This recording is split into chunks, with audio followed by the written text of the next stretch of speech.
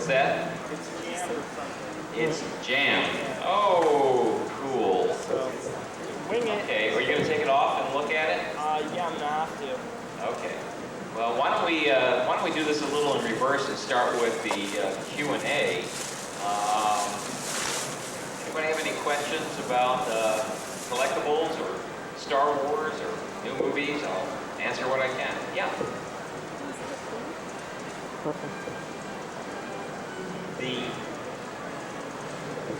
The billboards, August 29th, with the Yoda and the Darth Vader and the Stormtrooper are for the Fox Video release of the trilogy.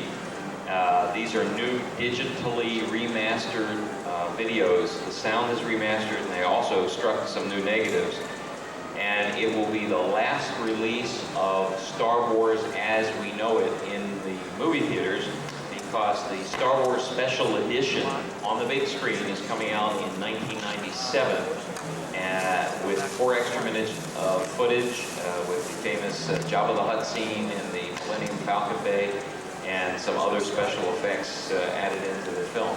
So that's why they're saying it's your last chance to own Star Wars. No, it is not in the theaters, but the special edition of Star Wars, when it's released, will be in the theaters. And then I can assure you that they will be releasing yet another version of Star Wars on video. But that's why they're saying this is the last time for the first Star Wars movie. It's not really clear what the billboards are talking about, actually. It should make it a little more clear. Yeah.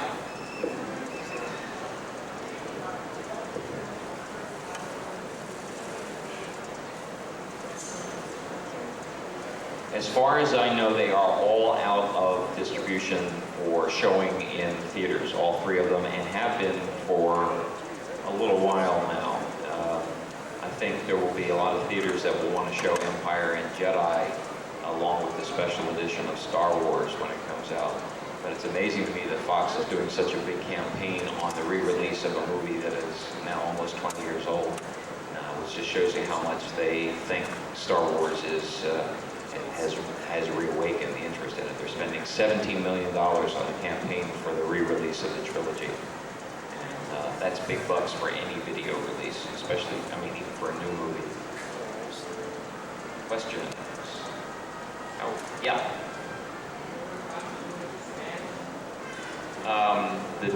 The video, or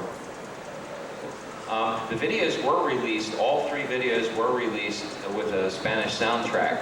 Unfortunately, they're all out of print again. I'm not sure whether Fox is releasing the current version in Spanish or not, but all 3 were available. They have been out of print in Spanish for quite a while, so I would hope that they would. And this is a worldwide program, so it would not surprise me that that would be available. And I certainly know the Hispanic market has grown, so I certainly hope so. In fact, I think that's a good point. I'll mention it to the Fox folks. I'm going to be doing an America Online chat line Q&A on collectibles in regard to the new release of the videos. Are the slides working? Do we know, Aaron? We're working on it. He's going to get somebody down here. He's going to get somebody in here. Okay, yeah.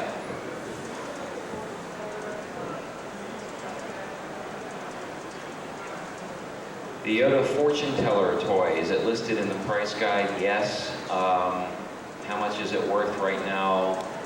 If the little words can still be read on the cube inside, it's probably around the $50 toy. Where is it in the book? See me afterwards. We'll find it together. Yeah.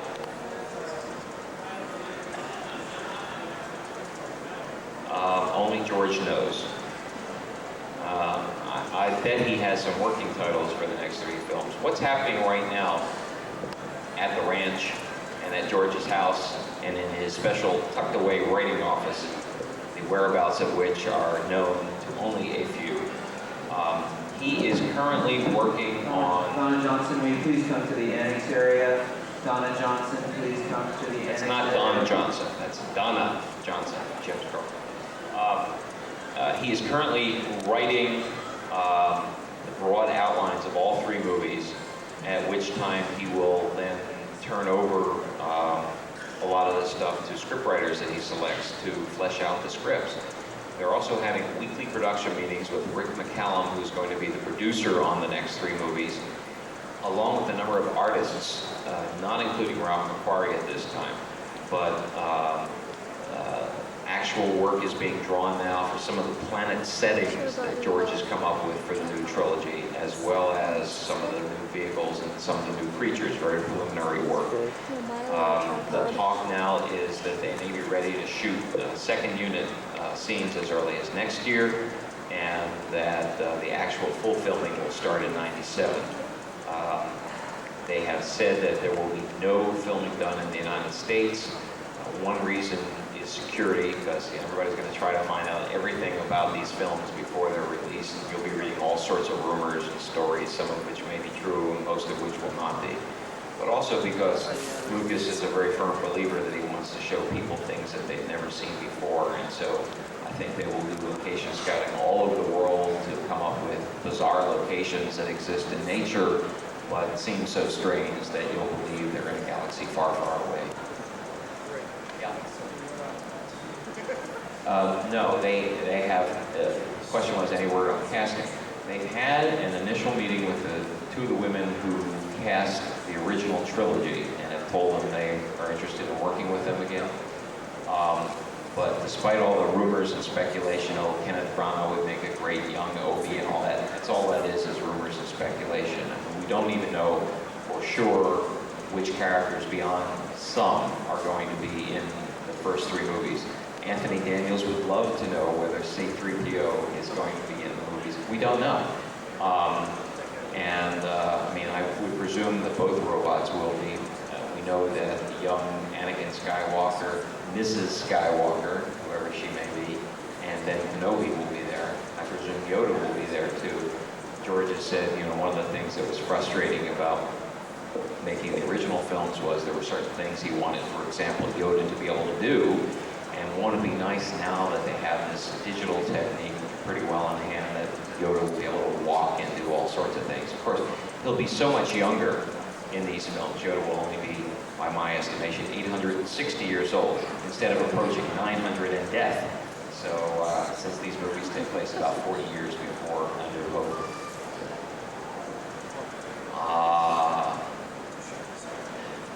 Anything happening with the slides, gang? Working on it. Working on it. Got a tech coming down. A tech coming down. Uh-oh, we're in trouble. Yeah.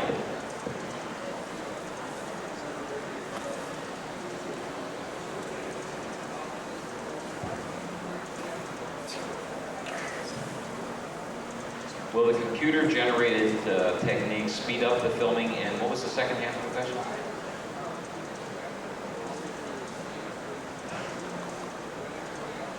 Why does it take so long? Well, actually, the digital techniques right now can let you do things that you couldn't do before or that were prohibitively expensive, but they take as long, if not longer, to do than just building models and doing blue screen and things like that. It's an incredible labor-intensive process. None of it is automated. It's all writing millions of lines of code and getting these things to work right. It's that he'll be able to do other things and more advanced things and more realistic looking things. But he's also talking about filming 3 major motion pictures back to back to back and then releasing them a year or 2 apart. And so there's, there will probably be a full year of filming, and then they'll be working on the special effects and the digital effects starting next year. So it does take a long period of time. I would think 2.5 years is, they'll be lucky to get the first movie out in May of '98. Yeah. Who do I think would win between Boba Fett and IG-88? There's a good battle. Well, since Jeremy Bullock is here, I'd say Boba Fett rules. Yeah. working on a revision of the price guide. No, my current project is the Star Wars Encyclopedia, which will come out in February '97 if I finish it on time. So, the Star Wars Encyclopedia will consist of two major parts. The first part will be Star Wars, the Galaxy. The second part will be Star Wars, the Phenomenon, which so we'll have an A to Z for both the fictional and the non-fictional aspects of the Star Wars universe. The first revision of the price guide will probably be a hardcover version that will be out sometime next year that will take the entire toy section, turn it into color, and revise the prices. We're going to do a full revision of the price guide, probably a 2-volume set or one big book, which will come out mid-'97 or the fall of '97, that we're going to try to include all Star Wars classic merchandise in. And when the new stuff starts coming out, I have no doubt that we'll be doing subsequent editions of the price guide until Yoda comes knocking on my door. We're also talking about a CD-ROM version and an online version that would have constantly updated prices. And whether that comes to pass, I just don't know. It's up to Lucasfilm. Have I ever seen a rocket-firing painted Boba Fett? Yes, I have one. There were two versions of the prototype Boba Fett's. One was the blue-gray version with no paint on it at all, and one was the painted version with a little J slot in the back. It was a second attempt to get a mechanism that would be safe enough to send out to people. And so I've got one of the second versions of that. There are also a lot of fan-made pieces that are pretty good, that take a regular Boba Fett, drill through the backpack, put a spring in, get that thing notched, and really fire a missile. There's a company called The Earth back in Cincinnati that sells these special Boba Fett figures for about $150. And they're pretty cool. They advertise in the toy shop. If you guys and ladies don't know about the toy shop, that's one of your best bets to find Star Wars merchandise aside from something like this. It's a publication that comes out twice a month. It's just ads, nothing but ads, and they have a huge selection of Star Wars merchandise in there from a lot of different dealers. So you can price shop and see all kinds of things. There are a lot of auctions, a lot of photos of stuff. And if you want the address of or the phone number for Toy Shop, it's listed in the front of my book. And if you just want to look at it afterwards, you know, my table's right on the other side of the black curtain. Toy Shop, I heartily recommend. Get no cut from them for saying that. My favorite item. I think it's all according to which side of the bed I wake up on, because I have a lot of favorite items. I've got a full Darth Vader costume worn in Empire Strikes Back on a mannequin, which hopefully you will see shortly. Holographic chess pieces, which are on display in the case outside, because that was one of my favorite moments in Star Wars, like the Wookiee win. Yeah. So we have getting a little something. I like weird stuff. Some of that you'll see here too. So it sort of changes by the day. Sometimes it's, you know, the most recent thing I bought. I just bought a 14-foot long oilcloth Burger King Empire Strikes Back, get your glasses here banner. That's really cool. I mean, it's just ugly but cool. So I like that kind of stuff. I like fanzines, really nicely done fanzines. Stand by. Hold on a second. All kinds of stuff. Yeah. The Kenner figures should be shipping any day now. Literally, I've seen the advanced ones that they sent over by plane for Lucasfilm to look at. They're done. They're in their crates. They're on a boat, a slow boat from China. The action figures, yeah. The first 8 or 9 action figures. It's still not clear to me whether the Leia is ready and will be shipped with the first batch or not, since she's not pictured on the card. But there'll be 9 9 action figures. With any luck, the next wave of Kenner figures will be out before the end of the year. And you will be seeing subsequent waves of Kenner action figures. Yep. That particular one, I don't know. You'll have to ask either Hassan Galleries, which is right on the other side of the Black Curtain, or the folks all the way out there. They have versions of that. I don't think that particular one in that size. I've got that in my collection. I think Michael David Ward's a great artist. He does this wonderful stuff. He paints on the back of glass, which gives it that kind of a look. That's a giant blow-up Chrome. They sell these in Chrome and lithograph.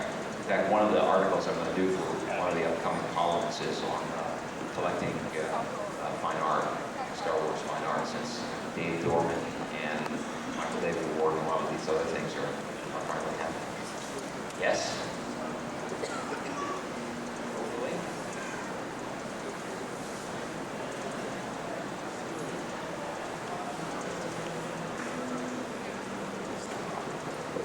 We can do little, this is Duck Vader. There we go. Well, we're backwards, but that's better than nothing. Yeah, well, we can tell by the number. I live at, yes, 8290. But maybe that's just a couple of slides that fell out, so we'll be okay for the rest. I hope so. Oh, gee, my time is up, so I'll be sicky. Okay, you tell those guys they can't take me off of here. Great, thank you. Let's try it. Let's see. Welcome to my house, as long last.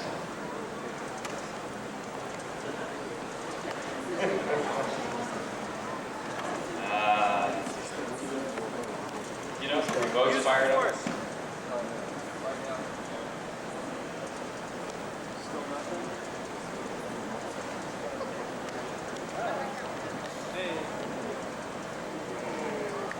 Okay, this is the most valuable part of my collection. Unfortunately, he's no longer with us. Like Yoda, he passed on to the greater powers. This was Obi Wan Kenobi. He was with us for 17 years. Wonderful dog.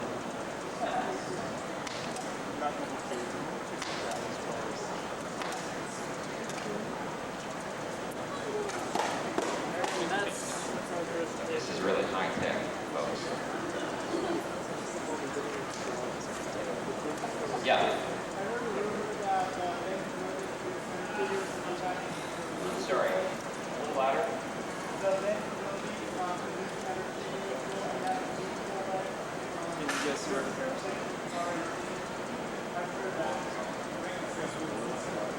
Will Ben Kenobi have movable legs? God, Mrs. Guinness hopes so. You know, I don't know. I didn't see the final iteration of the Kenobi figure, so I'm not sure. I think we'll all find out pretty soon. I'll be right back. Yeah. Can you speak up? Where's on? What about them?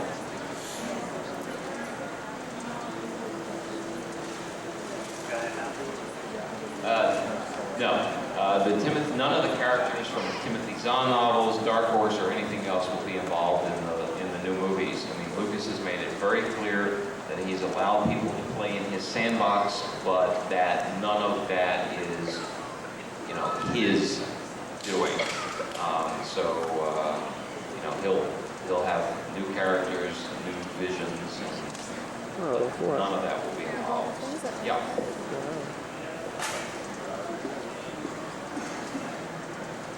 What do I think is a fair price for a 21 back Boba Fett, or what do I think somebody is selling a 21 back Boba Fett for? Oh, up to 100 and a quarter.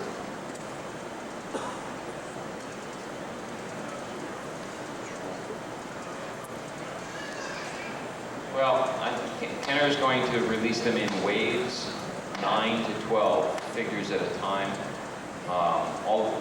Not that every one of the 9 figures or every one of the 12 figures is going to be out. Maybe we're okay here. We'll try it. Yes. Okay, let me take it back a little. This is how the collection started with space toys, going back to the 1930s Buck Rogers stuff. I started collecting a year before Star Wars came out. I grew up with the space program, always loved it, read science fiction as a kid, and then started buying toys I could never afford or my mom wouldn't let me get. Now, you don't want any of those cheap Japanese toys. And Star Wars came out, blew me away as it did a lot of you, and I started buying the Star Wars toys as part of the collection, and then it quickly took over. But these are some of the better robots and stuff that I have. On the left, you can see some, well, we'll see some of those a little later. The house I moved into in the Los Feliz area of Los Angeles was a one-story house on stilts. I quickly outgrew it and added a second floor. This was the hot water heater closet, which is now a spiral staircase leading down. I quickly outgrew the second floor, and the third floor has now become the George Lucas Memorial Wing. One thing that the second floor addition did give me was a long hallway, and so I have framed every Star Wars trilogy one sheet, and it gives me a great display. This is the Boba Fett stunt backpack. Jeremy Bullock can tell you how heavy the original metal backpack was, and for doing stunts, both Jeremy and the stunt guy, they had this foam backpack which weighs very little.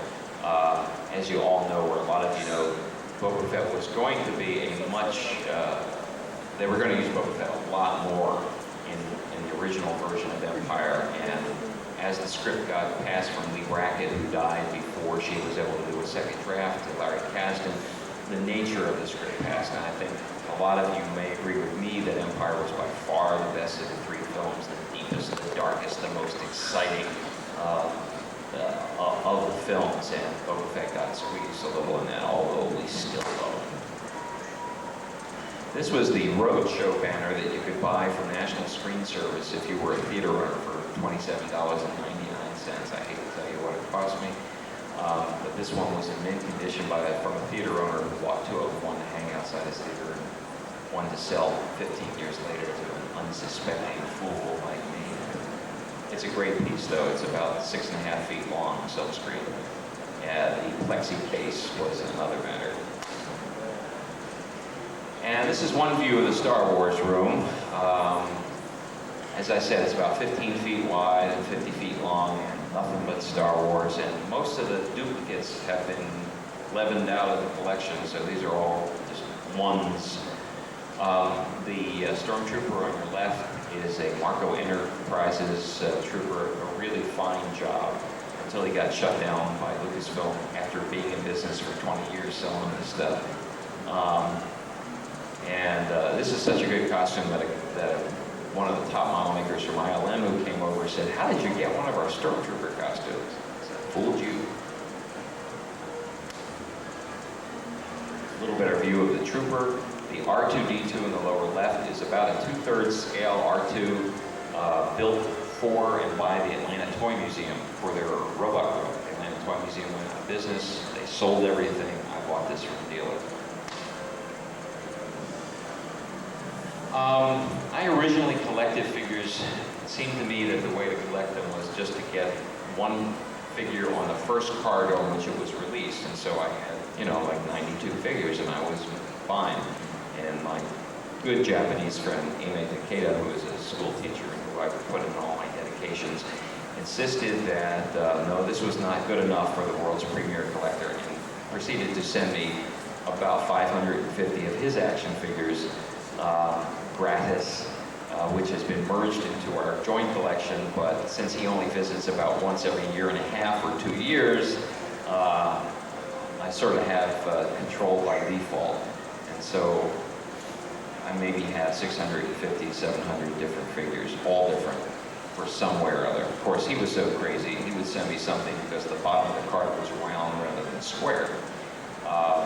Somebody has asked me how many different action figures there are. I would guess if you add in all the foreign variations, none of the bootlegs, all the foreign variations, all the US card variations, we're probably talking around somewhere between 2,500 and 5,000.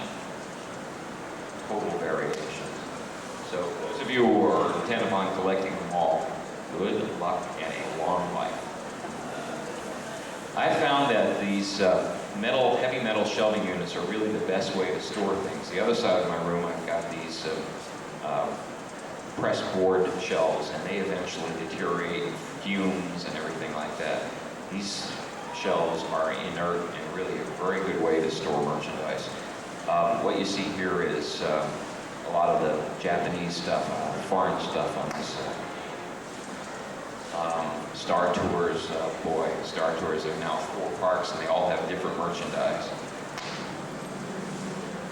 These are some of the masks built by a Japanese sculptor. The ones, the Stormtrooper, the speeder bike, the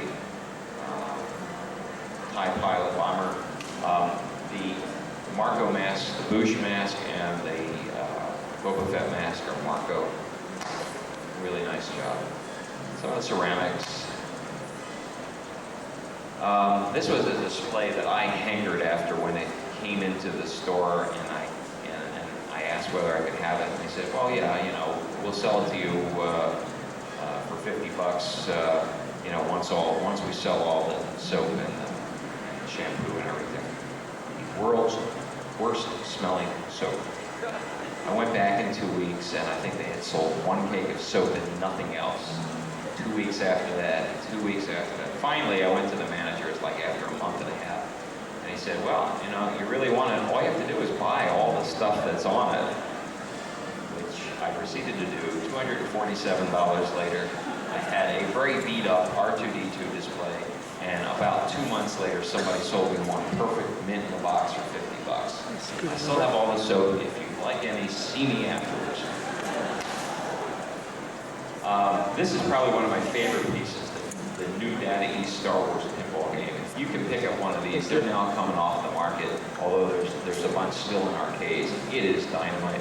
I had a Japanese film crew over last night doing a taping for a show called Worldwide Treasure Hunt. Team that wins most money gets prize. Show. Special. But it flows in Japanese. I just can't. And they were playing this game like crazy. I mean, everybody just loves it, even if they don't know anything about Star Wars or not fanatics or never played pinball. It's just super with all the voices from the movie and Death Star that opens if you get the ball, and you get 3 balls come back at you all at once, and R2 pops up and down. Great, great game. New, it was about, the friendly wholesale price was about $2,400. You should be able to find them, and then they sort of went up, then down. You should be able to find one used, but tuned up, you know, somewhere between $1,000 and $1,500, and maybe even less. Some more stuff. Videos, wrapping paper, cake pans. Oh, I should have baked a Boba Fett cake for Jeremy. I didn't think about that. It's one of the embarrassing things in my book, the first version of the Star Wars concept book, when I said the Gamorrean card bank that you see in the top shelf was done only in prototype form. And then I started getting calls and letters from England, Canada, and Australia. Well, yes, it was only in prototype form in the US, but after Adam Joseph went bankrupt, the affiliates in those 3 countries produced the Gamorrean card bank. So we were able to correct that in the second book, and finally, about 1.5 years ago, I got one from Australia in the box. And then we have the Talking Yoda, which nobody can remember doing, but I finally, in researching again for the book, I finally found one negative in their files that showed they had actually done a box comp on the Talking Yoda. I went backwards.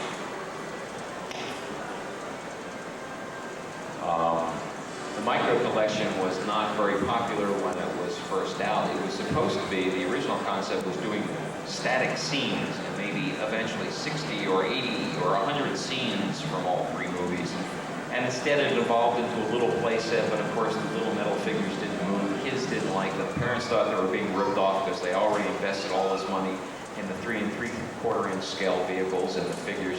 So it was not very popular. In fact, I think it initiated the remainder rack at Toys R Us, and you could find these toys for 3 years afterwards at Toys R Us on the half-price sale shelf. But they have finally become fairly popular among collectors, especially the Ford vehicles, which are very hard to find, 2 of which were Penny and Sears exclusive, the Millennium Falcon and the Land Speeder Snowspeeder. These little things that you can see on the same shelf with the micro collection were done by a Chicago fan. They are Star Wars characters as mice, and they're great. We have Darth the Rat and Leia as a slave girl mouse. Really, I love well-done fan-made stuff. More junk. The Bantha and the on the top shelf, again, is fan-made. I mean, the fan-made figures and vehicles and play sets and animals that they didn't produce, I think some really great stuff is being done out there. And this particular Bantha was built on the base of a battery-operated dinosaur, so it mongers along. It's really a great piece.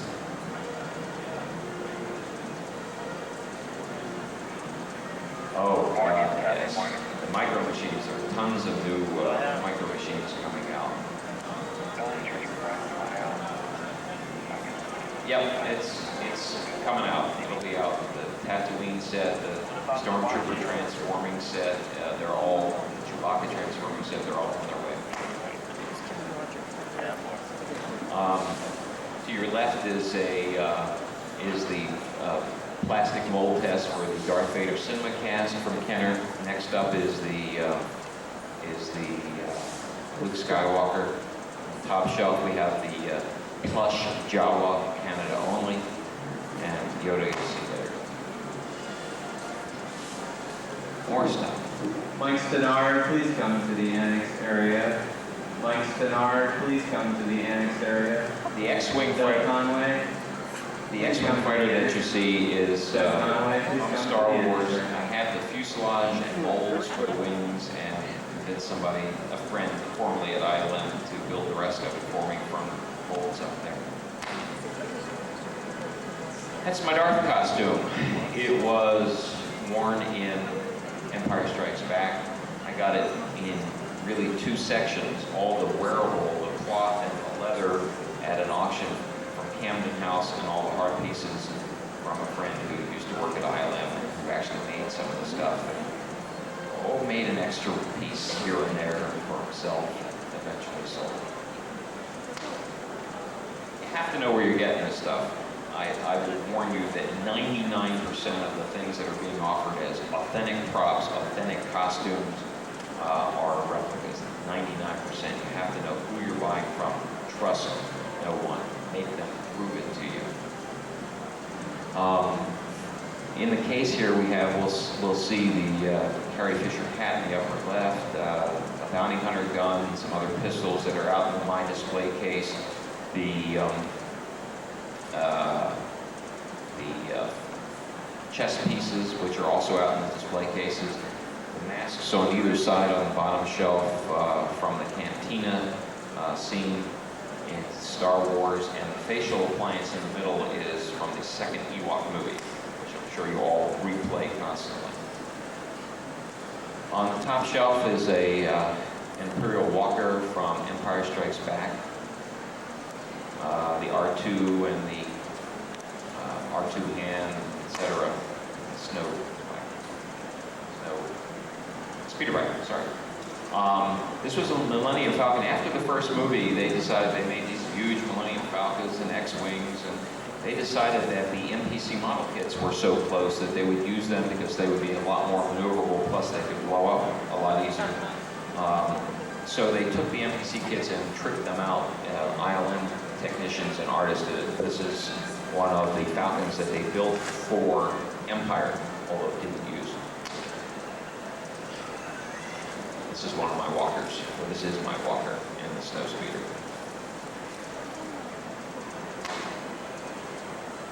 This is the large-scale Snowspeeder. It's about 2.5 feet long and about 2 feet wide, used in Empire.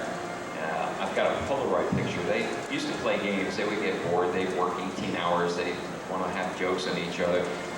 So they made one of these with the pilot sticking his arm out the cockpit window with the middle finger up raised, a signal in any galaxy for, hey, time to move on.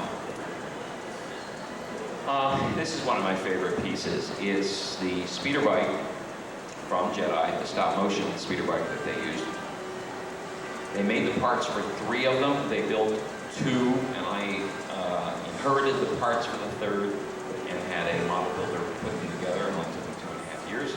And then that's the actual Princess Leia maquette that was used for the stop motion scenes. If you have a laser disc and you stop it by frame, you can tell which is the puppet and which is really Leia.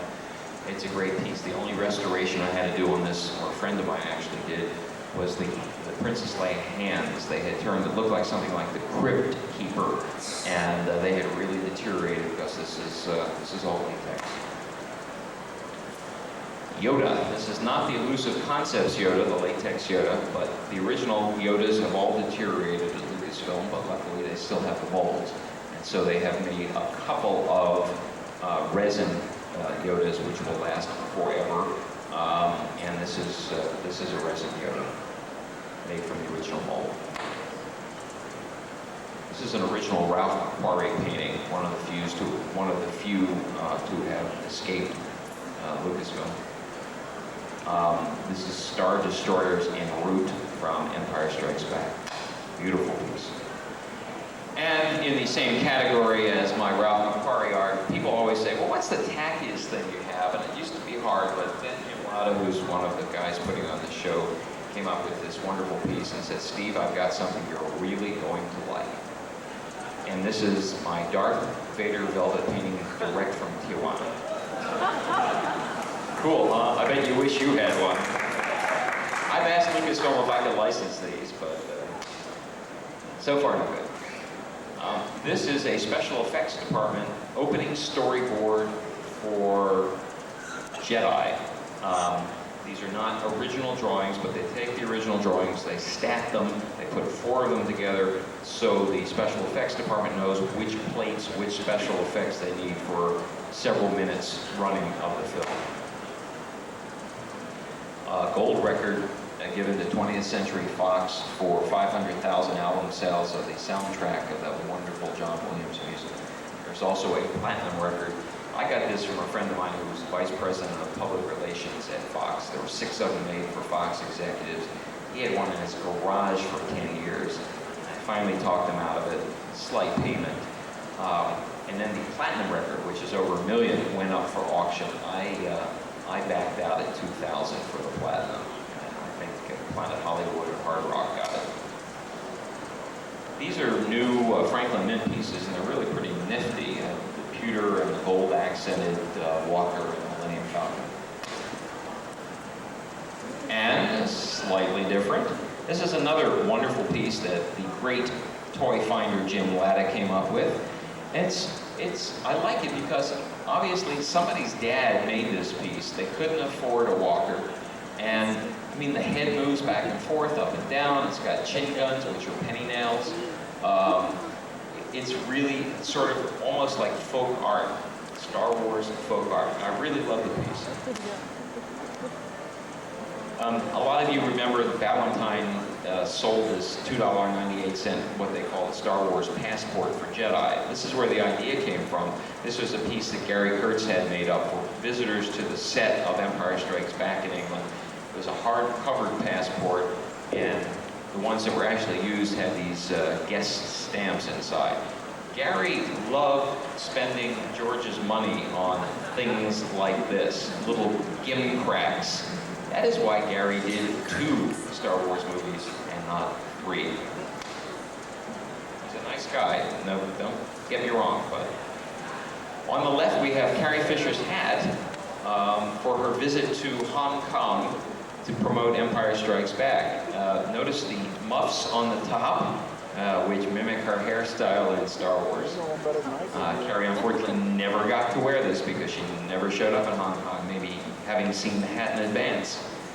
On the right is a crew cap for Blue Harvest, which, as you know, was the cover name for Revenge, then Return of the Jedi. Blue Harvest, terror beyond imagination. What they meant was terror if you dare to spill any of the secrets of this movie. A couple of prop pieces. A Han Solo resin gun on the left. They actually tricked out a regular Mauser for close-up shots. It was a very heavy piece, so for background shots, holster shots, they could use this. The Bespin City Guard gun, Leia's gloves, and wrist communicators from speeder bike scene. The Stormtrooper speeder bike mask open, the speeder scout, whatever, yes, biker scout, thank you. The mask is also in a case outside. You'll notice that the lens is broken. And this is an Imperial Guard mask from the original mold, not actually used in the movie. It's a beautiful piece. Not so beautiful, this is the day after shot of the Imperial Guard who boozed up the night before. Background cantina creature. This is part of Anthony Daniels' costume for Empire. 2 right hands and a helmet that still lights up. But you gotta believe that Tony had a size 10 neck at the time, because this is the world's narrowest costume. And Tony couldn't quite fit into it today, but when he sees this, he laughs about it. 2 of my favorite pieces from the holographic chess game. The guy on the right actually has a very crude stop motion ability because it's very thin wires between the joints, and it's almost like paper clips, which they bent. This scene and the cantina scene were the last 2 scenes to be filmed for Star Wars, filmed back in the U.S. The cantina scene, they filmed originally in England and just thought there wasn't enough stuff happening, so they filmed inserts for it using a lot of off-the-shelf Rick Baker masks. And these are paper mache, but they work really well in the film.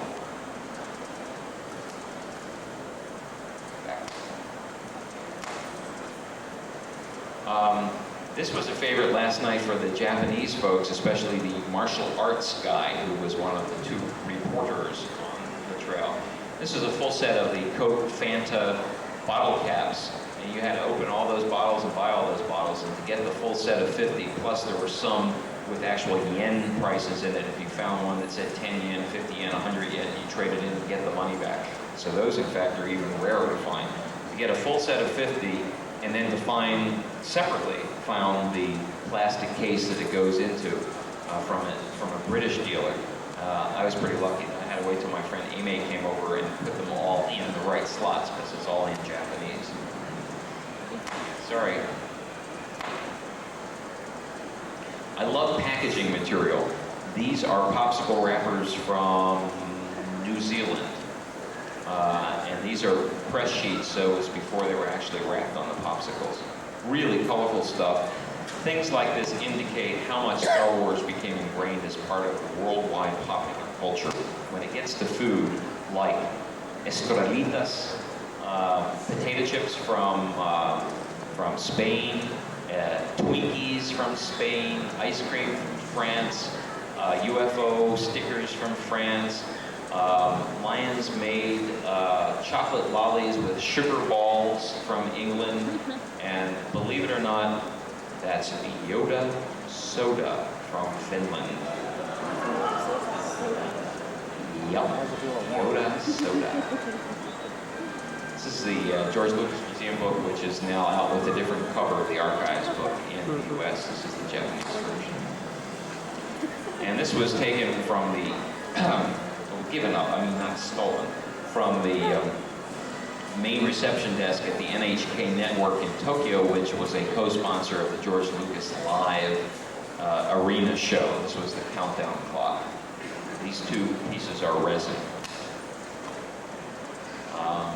Another piece I really like is the plush Jawa, Canada only, Irwin toy, and a small sculpture Jawa in resin from a Japanese bodybuilder. Hey, listen, if they can have Tiny Toons tots, they can have Baby Darth. These were actually done a couple of years ago by Takara for the arcade claw games, you know, the kind of thing you put your yen in and the steam shovel goes over and picks up. That's the only way you could get them, is by my friend Ame put many yen into the machine before he was able to get 5 of them. Here we go with the talking Yoda. You can see him a little closer outside. The box says that he says 8 things. Mine says 6, so either he lost his voice or they never quite got the other 2 recorded. But it actually is Frank Oz's voice on the little plastic record inside. These are the 2x size mold tests for the Action Masters, one of which they never produced, and that's the Snowtrooper. And the mold test again for the Simulcast Darth Vader, which is now out, and a very nice piece. These are the original sculptures for the Danbury Mint chess set, the world's worst Star Wars project, which has been now in existence for 3 years, and if you're lucky, you have 12 of the pieces and no chessboard. I have complained mightily to Lucasfilm and to Danbury Mint, which just sort of throws up its hands in disgust.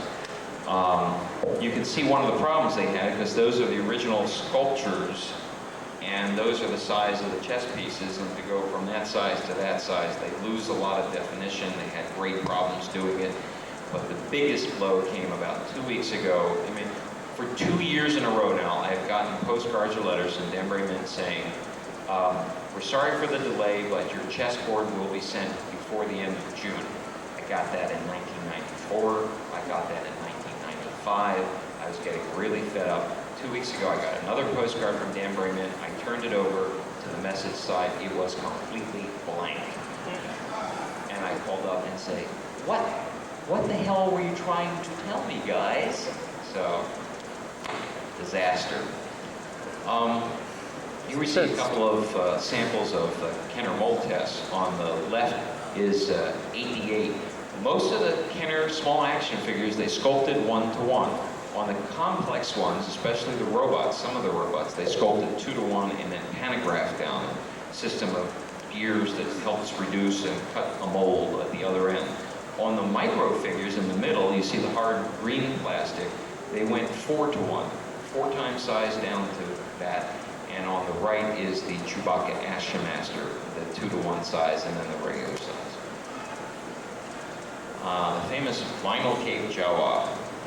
The reason why they went from vinyl to cloth is because people weren't buying vinyl cape Jawa because it was the same price as the other action figures, which were twice the size. And so the geniuses at Kenner said, aha, we need to give them more perceived value, and so we'll change it from a cheap piece of vinyl to a wonderful, lovely piece of cloth. You tell me which is selling for $800 and which is selling for $45. You got it. And now some bootleg figures, some really bizarre figures, and you'll notice the Imperial Gunner on the left from Turkey. You notice the lovely picture on the card. He's standing over a calculator. Really charming, guys. Nice job. The one in the middle sort of puzzles me. I mean, it's a sort of a snow trooper, but I guess it was so ugly and they couldn't paint it white to cover the ugly plastic, so they painted it blue, or they were colorblind, and they called it Blue Stars. Blue Stars is now selling for like $600 to $800, and I don't know why. It's bootleg! But people, I guess people have everything else or think they do, and they're paying a lot of money for it. The piece on the right is another bootleg, recent bootleg from Russia. You can tell these things are bootleg. I mean, you can just look at them, but also they actually take an action figure. They don't have the molds. They take an action figure, make a mold of that, so the size is off. The Turkish company thought they could get away with it by leaving one letter out of most of the names of the characters. So it became Darth Vader, Che, Baka. They still got the suit. These are Revenge of the Jedi cards. Kenner had printed up all 48 Revenge cards, and Lucasfilm called and said, gee guys, we decided to change the name. You gotta destroy everything. Guess what? Everything wasn't destroyed. So there are 48 of these cards out there. I was lucky to get a whole batch of them. And here are Power of the Force cards. Again, they had printed up not all 92, but a large number of the Power of the Force cards, including some figures that were never released on Power of the Force. And some of the coin, including unreleased coin. Top row far right is the prototype coin that showed Lucasfilm to give them an idea of what they wanted to do in the coins. The one to the left of it is the 63rd coin. You know, there are 62 coins. That was supposed to be the 63rd coin in a mail-away offer using the art from the Star Wars, the Jedi-style A poster, the arms up. And on the bottom, in the middle, is the Luke Skywalker Jedi coin that was also another prototype coin. Fan-made figures can be wonderful, especially if they're really nicely done. We have a big Grand Moff Tarkin. Why didn't they make those? There's such a thing as too much for something good. Luke in his ceremonial robes and the famous blue snaggletooth on the card. Of course, it was only released in a Sears set. Above is the original way Boba Fett was visualized by Joe Johnston in his snow uniform. And on the right is a Kenner, an unusual Kenner piece because it's in plaster. It's the Gargon, or three-breasted woman, who was in the background of Jabba's palace. A couple of mantas.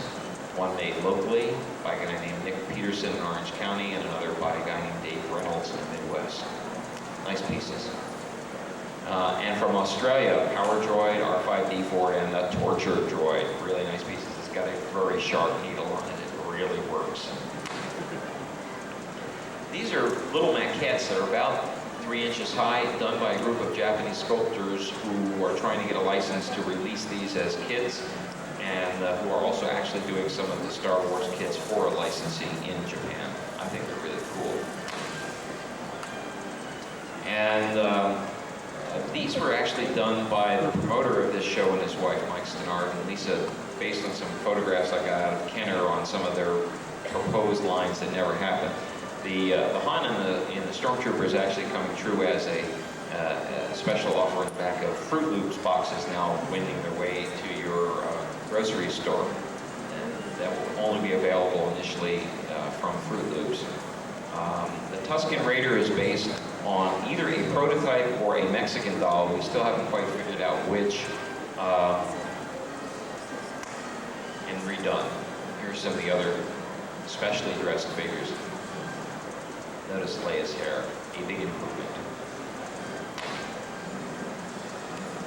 The Han Carbonite is about a 12-inch high resin piece, which is now being ripped off mightily. You do one resin piece and it can be recast. Again, done by a Japanese maker that is so bang on. If you look at the archive book, even the creases in the resin are exactly like the creases in the original Han Carbonite. That's dedication. Oh! Now, who could that be? Can anybody identify where this is from? The holiday special. The late unlamented Star Wars holiday special. One of the true embarrassments to Western man. You know, everybody was singing on this show. Ah, now here we go. Pigs in Space. This is a little better. A little better. I mean, this was great stuff. I mean, if you can get a video boot of some of this stuff, it's a lot of fun. Mark Hamill singing his heart out, and Peter Mayhew too, if Peter was in that costume at the time. Oh yes, you notice Darth in the background. That was Mark singing "Fool." Chewbacca doing, R2 doing C-3PO, pardon me. A serious, dramatic moment. This is probably my favorite. Hey, maybe we can get Peter to do a little soft shoe for us. This is a prototype of a new Kenner CinemaCast piece that would be, CinemaCasts are about $200. This would be a new line that would be under 100, and this is taken from the Hildebrand original art. I hope they do it. It's a beautiful piece. And that is it. That is a quick book.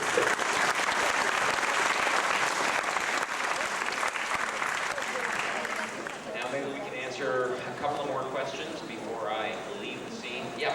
When are the new Don Post masks coming out? The new Don Post masks, Boba Fett mask is supposed to ship in about 3 or 4 weeks, and the Darth Vader mask, they tell me, is still on for September shipping. So they both should be out within the next 2 months. I also heard there was going to be an Imperial Guard. I'm sorry? I also heard there was going to be the Imperial Guard. The red Yeah, well, one. if I lend on my Imperial Guard helmet, there'll be an Imperial Guard. I borrowed my Darth Vader and kept it for 5 months. So we're still talking. He's talking about doing an Imperial Guard, a Viper Scout, etc. He's going to come up with a lot of neat stuff. And yeah.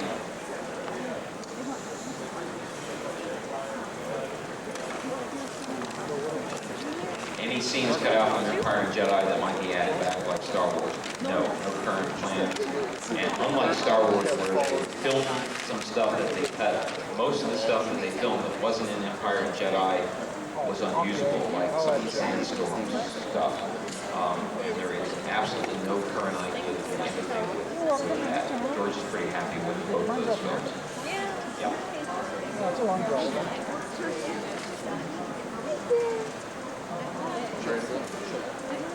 Which torture scene? Leia? Well, yeah, I know. No, not as far as I know. No, I mean, the main scenes that they filmed that aren't in there were the Jabba, Millennium Falcon, and then there was an early scene with Big Starklighter and Cammy at the garage on Tatooine. Yeah. I'm sorry. Shadows of the Empire. Shadows of the Empire is when I first heard about it, I said, you're kidding, but it's really a wonderful idea. It's everything except a movie. There's going to be a novel, a comic book series, a video game from LucasArts, a soundtrack album, toys from Kenner and Galoob. I mean, this is like multimedia that you'll insist 20 years from now you actually saw Shadows of the Empire in the movie. It takes place the storyline is it takes place between Empire Strikes Back and Jedi, and there is the head of the underworld is a character that has not been introduced before to us, who is truly evil, wonderful. You know he is not going to be turned like Vader was, and the head of the underworld determines now is the perfect time to kidnap Luke Skywalker, assassinate the Emperor, and take over the whole galaxy. And it's going to be it'll be a number of characters that you'll know and a whole bunch of new characters. It's going to be very exciting.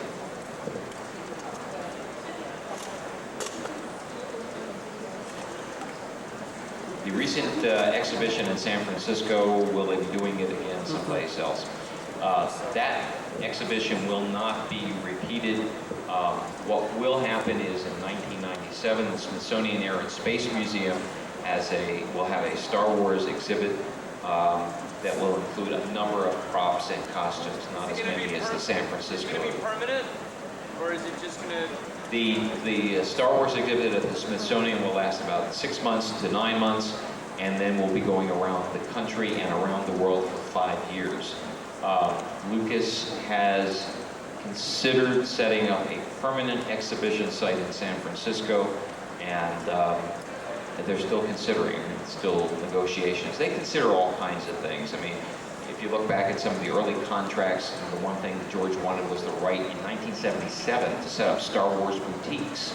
Who knew that there would be this kind of merchandise out there? They've talked about restaurants and Star Wars stores, and it'd be great to go into a real Star Wars cantina, for example. But a lot of things, I mean, they're very smart people. I'm sorry to interrupt your presentation, but if I could for just one moment. Folks, we just wanted to let you know that following Steve's presentation is going to be Don the Dragon Wilson, the martial arts master, and then Peter Mayhew, the mighty Chewbacca, then Kenny Baker, then David Prowse, then all 5. A lot of people have been asking us about them signing autographs. They will be coming back down momentarily to sign autographs, and then each one of them will be coming up on stage individually. So if you'd like to come down and get some more autographs, we've got a lot of people asking. Look at those tickets. And walking in right now is Walter Koenig, Please. Star Trek's Chekhov, Babylon 5 superstar, star author. He is signing autographs once again. We felt that he had left, but he said no, he's been walking around the dealer's room having fun, and he's going to come back and sign autographs. So if you missed Walter before, you'd like to meet Walter, Koenig from Star Trek, classic Star Trek, and get an autographed 8x10 photo. We have Take another couple of here questions. at the signature area. If you buy one, you can get something else signed. We have something signed for free. So Walter Koenig, Star Trek's Chekhov, is signing once again. And Steve, I apologize for interrupting your brilliant presentation. That's okay, Joe. Yeah, they should be shipping any day now. I mean, they're literally on the boat from China. And I've seen the advanced ones, so they are made, they are on the package. It's just How many are there? 9, including the Leia. I'm not sure whether the Leia is shipping at the same time. I don't know. I mean, if it's not in the first shipment, yes. I mean, is everybody looking for the Boba Fett Bendum? It's the toughest one to find, but I don't know that anybody's that interested in finding any of them. And the company is going out of business.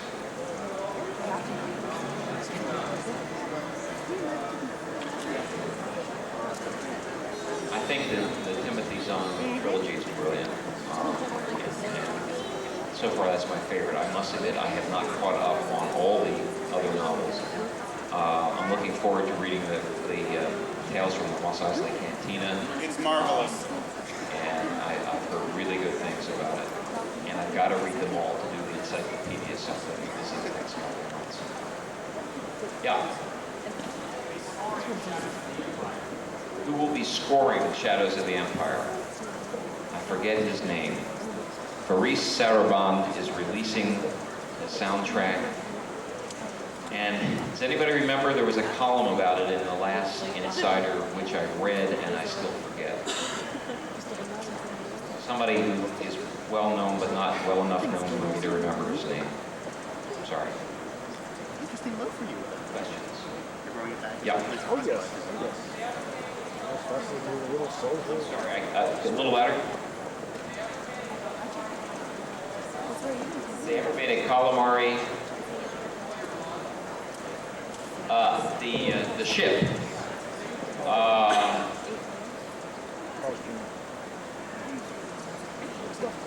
No, the closest thing that looks almost a little like it is the Rebel transport, that big teardrop carry case kind of thing. But it's possible that somebody's going to come up with that, probably more as a model kit than anything else. It's a really cool, very organic looking ship, but I've never even Sounds seen an a awful lot bootleg. like that. Yeah.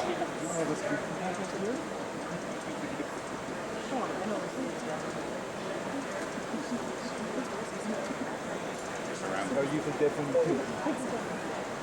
No, I do not know what characters in particular are coming out in the second wave of Kenner characters. Why'd you get that? If you look at the characters as they came out for the movies, I think you might get a better idea. And next year, a lot of the characters will be Take all new that ones crap, from Shadows of the Empire. Yeah. Yeah. Kenner ships, the 4 of those will ship in the next couple of months too. They're already, they look pretty neat. They still have decals, but the decals are more naturalistic. Figures. And they all have paint jobs, some battle damage on them. The X-Wing, I heard, has sounds from the film rather than just Do you want one for Charlie and one for Doug? One for Norge and one for Doug. This extra. Yes, I don't know how long it's going to take to get once you I set don't it put happy birthday on them. Yeah, it's about somewhere Both only of them. through the proof it's on. Thank you. Pardon? Can you take all this? Yeah. Can you grab that bag? Oh, I can get the bag. The land speeder is I got the probably the bag. most radically changed one because they've done some stuff with the mold. The others are all from the same molds. The paint job is different.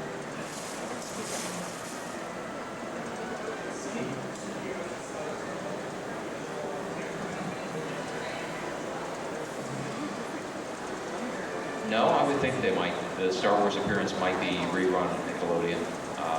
And there are some video dealers who sell that, so you can find it somewhere. Okay, thank you very much. You've been a great audience.